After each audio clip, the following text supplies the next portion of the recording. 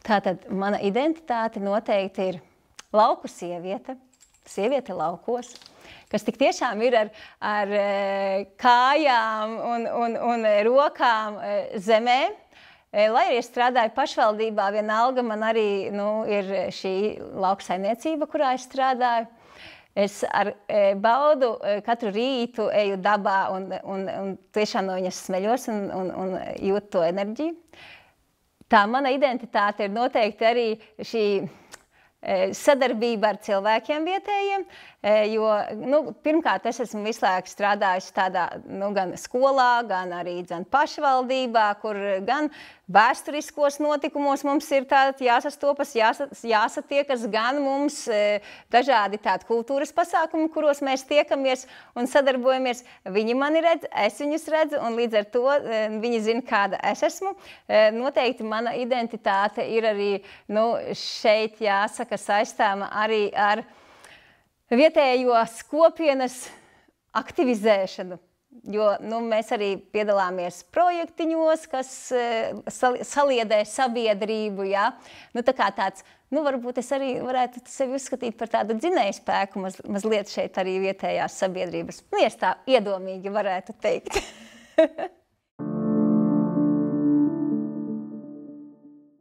Tā. Ja es domāju par sevi, kas tad es esmu, noteikti, kad man uzreiz pirmais, kas nāk prātā, tās noteikti ir manas dzimtas saknes. Mani senči, kas noteikti ir devuši man zināmu kodu gan tīri ģenētiski, gan arī mani ir ieaudzinājuši noteiktas vērtības, gan arī pasaules uzskatus. Līdz ar to tas viennozīmīgi. Un tad vēl arī, bez šaubām arī tā vide, kurā es dzīvoju, tā veido manu identitāti. Noteikti arī, protams, ka mēs nevaram to atdalīt no mūsu vēstures, jā, jo tas arī ievelk zināmas līnijas. Tas noteikti ir vēsture ir mainījusi varbūt manu senču likteņus, un noteikti tā ir ietekmējusi arī to, kas es esmu šobrīd, kā es uztveru pasauli un kas noteikti ir zināmā mērā arī manu vērtību veidotājs. Noteikti tad man jāsāk stāstīt. Tad, kad es esmu šeit, es viennozīmīgi sevi sasaistu un uztveru kā tieši Vārkavas iedzīvotāju, vārkavieti viennozīmīgi. Tad, kad es aizbraucu arī līdz Rīgai, es tā vēl joprojām jūtos kā vārkaviete. Bet tad, kad es aizbraucu varbūt uz Itāliju, tad jau es sāku domāt par to, ka es esmu no Latvijas, es esmu latviete. Un tad, kad es vispār kaut kur uz Ēģipti dodos, tad jau es sāku aizdomāties, esot tādā svešākā kultūrā, par to, ka es esmu eiropiete. Tā sanāk mans stāsts. Un ar kuru no tām identitātēm tu jūties viskomfortablāk? Noteikti ar šo lokālo vietējo Vārkavas identitāti, kas esmu vārkaviete. Protams, kad dzīvojot šeit, es jau kopš bērnības šeit dzīvoju un esmu te attiecīgi uzaugusi un strādāju arī pēc augstskolas šeit visu savu laiku. Tad noteikti tie ir cilvēki, kas man ir apkārt. Es viņus ļoti labi zinu, viņi mani zina. Tā noteikti ir tās vietas, kurām ir arī savi stāsti, kuri ir stāsti arī no manas bērnības, kurus man ir stāstījusi gan vecmāmiņa, gan vectētiņš, gan tie vēsturiskie stāsti, gan arī vispār tādi atgadījumi no dzīves. Un līdz ar to, protams, ka tas viss man ir tik ļoti savs, tik ļoti tāds tuvs un mīļš, un te es jūtos ļoti komfortabli un labi. Šeit ir manas mājas, un attiecīgi tāpēc arī šī noteikti ir tā prioritāte tieši lokālajai identitātei, tai šeit tuvajai vietai, kas man šeit ir.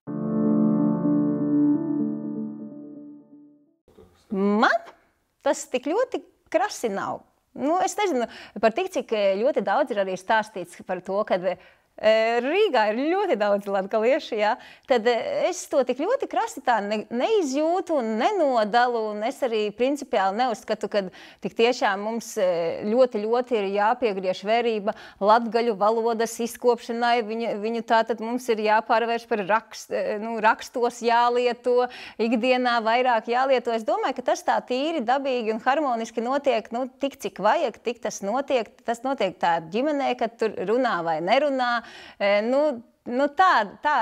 Un līdz ar to es tīri Rīgā tā sevi arī aizbraucot neasociēju, ka es esmu tur no Latgales un es esmu ieradusies šeit Vidzemē un te man apkārt tad attiecīgi ir nelatgalieši.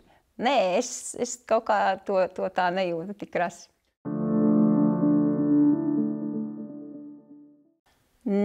Es domāju, ka īsti nav. Bija tāds stāsts, es biju pagājušajā gadā iegriezusies vienās mājās, kur krievalodīgs cilvēks dzīvoja. Viņš jau gados, pāri 70, un tad viņš man stāstīja stāstu, kad viņš esot bijis armijā, kaut kur tur, protams, tālajā Krievijā, un tad viņš tāds saka, my balcīci, tā, jā. Un viņš taisni uzsvēra, ka viņš ir latvietis, un lūk, tur viņus uztvēra kā baltiešus, lai arī viņš krievs, bet viņu uzskatīja par to it kā latviešiem, baltiešiem piederīgo, jā.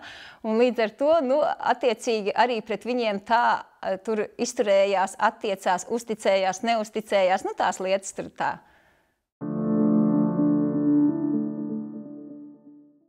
Man šķiet, ka svarīgā ir tā tagadne, jo tas ir tā kā tāds mezgls, kas būtībā ir šobrīd it kā savieno to pagātni un, protams, to nākotni, ja, kas tad mūs tur sagaida. Ja.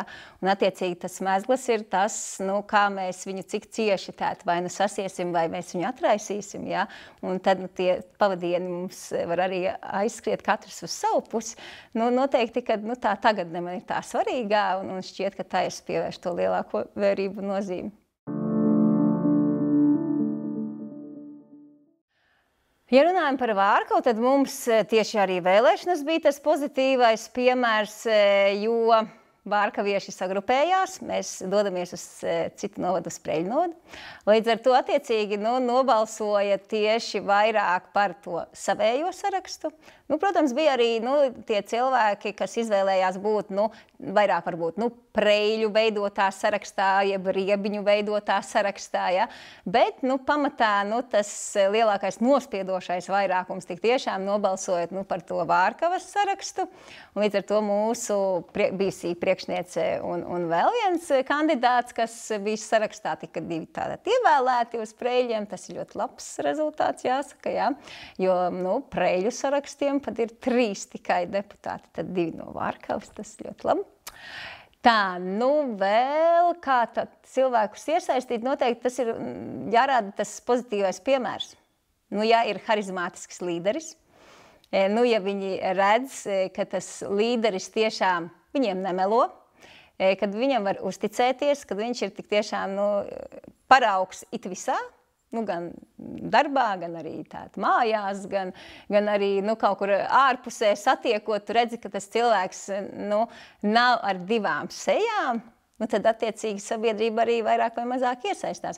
Protams, šis varbūt laiks, kad ir tas Covids atkal, zināmā mērā varbūt cilvēkus mazliet ir uzlicis uz tādu pauzi, varbūt ne tik ļoti iesaistīties, jo nav jau arī kur pagaidām, ja kultūra ir apsīkusi un laukos tomēr darbi norit, visi tādi strādā savās saimniecībās. Līdz ar to es domāju, ka tas ir tas svarīgākais, redzēt cilvēku, kam sekot. Mēs kādreiz pirms vēl bija šis iepriekšējā administratīvā reforma, šis dalījums bija mums Preļu rajons. Tātad, ja, mēs visi būtībā esam bijuši jau šajā Preļu rajonā, tagad tas sauksies Preļu novads. Zināmā mērā ir sanāk, kad Līvāni aizgājuši prom, Sutru, tur daži sanāk 4 varbūt kaut kādi bijušie pagasti, ja, kas bija kolhozi arī kādreiz. Bet šobrīd es domāju, ka tas Preļu novads novads atpakaļ savāca visus izklīdušos bērnus, jāsaka, ja, kas bija tad Aglonas novads, Riebiņu novads, tagad arī Vārkavas. Es nezinu, man šķiet, tā puse mums vienalga, vārkavieši un zināmā mērā visi zina, ar ko ir jārēķinās, kas tad ir raksturīgs tiem vārkaviešiem, ko šeit var redzēt. Mēs iedomājamies uzreiz aglonieši, uzreiz mums zināmā mērā ir kaut kāds priekšstats arī, varbūt arī stereotipisks, tāds, kas tad ir tie aglonieši, un Riebiņiem savukārt, es domāju, ka mēs nezaudēsim savu identitāti. Un kas ir vārkavieši salīdzinājumā ar agloniešiem? Salīdzinājumā ar vārkavieši, kas ir noteikti viennozīmīgi, vārkavieši ir lauksaimnieki. Mums ir šeit uzņēmēja darbība ļoti attīstīta, tieši mums piena lopkopība, gaļas lopkopība, un ja jūs pabraucat pa mūsu novadu, tad jūs uzreiz redzat, ka mums visur ganās govju, ganāmpulki lieli, un ir ruļļu kaudzes, un viss notiek, un krūmu teritorijas samazinās, jo mums arī šeit ir salīdzinoši diezgan dārga zeme, ja mēs paskatāmies Aglonā noteikti, ja nerunājam par ezeru tuvu, ja, tad noteikti viņa pat lētāka nekā pie mums šeit, jo zemnieku ir daudz, viss strādā, un laikam tas būs tā raksturīgā iezīme, kad mēs esam tādi īsteni lauku cilvēki, kas ar to arī nodarbojās. Kopj laukus, mīl zemi.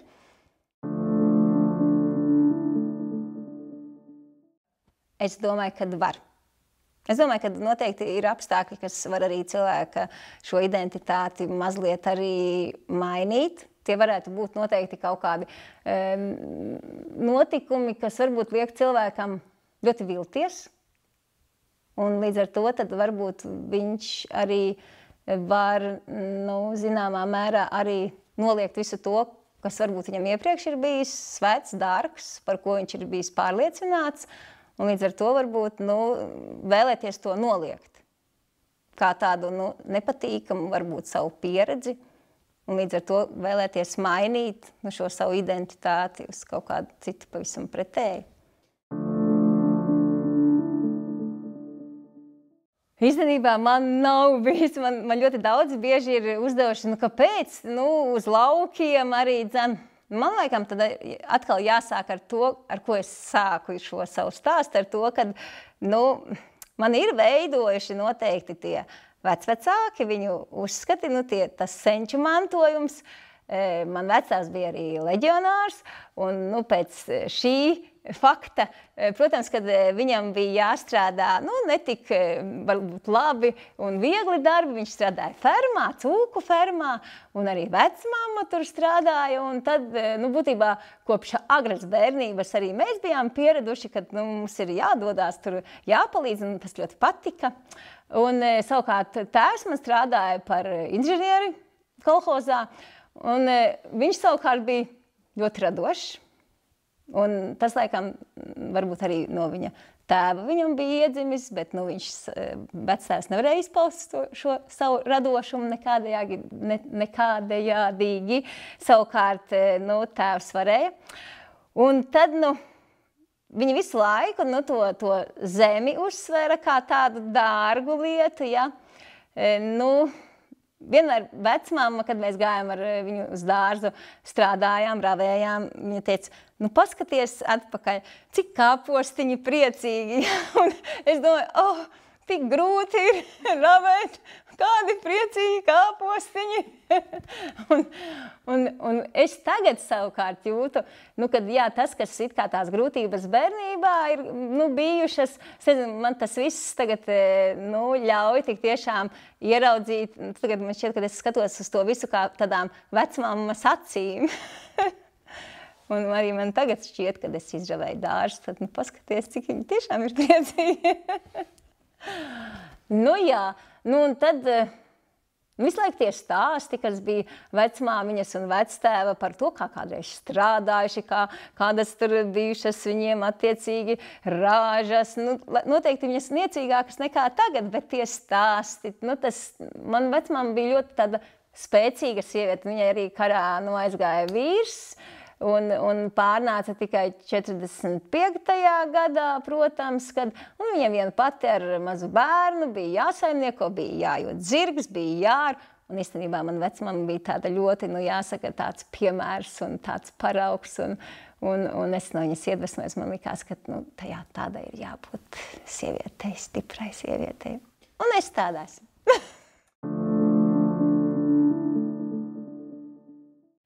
Jā, zināmā mērā, vecmāma bija vairāk piesaistīta mājām, tur attiecīgi varbūt, vairāk viņai bija interesantāki tie stāsti, ko tad mamma varēja un tētis, to, ko tu vari redzēt, tā nebija tik ļoti interesanta tā pieredze viņu. Savukārt, tā vecās mammas un vectēva bija ļoti interesanta, bija klausīties, jāsaka, atvestām acīm un atvestu muti tos stāstus, kas tad ir bijuši, kā ir gājis. Un, starp citu, vēl tāds interesants arī fakts, par tik, cik viņi to karu laiku bija pārdzīvojuši, piedzīvojuši. Tad vecmama vienmēr lika arī, mums arī kaltēt sausiņus. Mēs visu laiku uzturējām, mums bija tā kā valsts rezerves arī dzan. Mums bija gan sāls, gan veļas ziepes, gan pulveris vienmēr nolikts kaut kur tur, uz bēniņiem attiecīgi. Savukārt maize bija jāsakaltē, jāsagriež, pēc tam ik pēc laika. Viņi, protams, nomainīja pret citu. Tas arī bija tā interesanti. Kāpēc? Kāpēc mēs tā darām? Kāpēc mums vajag veikalā? Taču var Bet, kara laiki, es esmu pārdzīvojusi, piedzīvojusi, es zinu, ko tas nozīmē. Kad vajadzēja braukt un uz Aglonu viņa stāstīja, kara laikā tad brauca, veda gaļu un mainīja pret to sāli tur dabūt vai kaut kādu citu preci. Un tad tā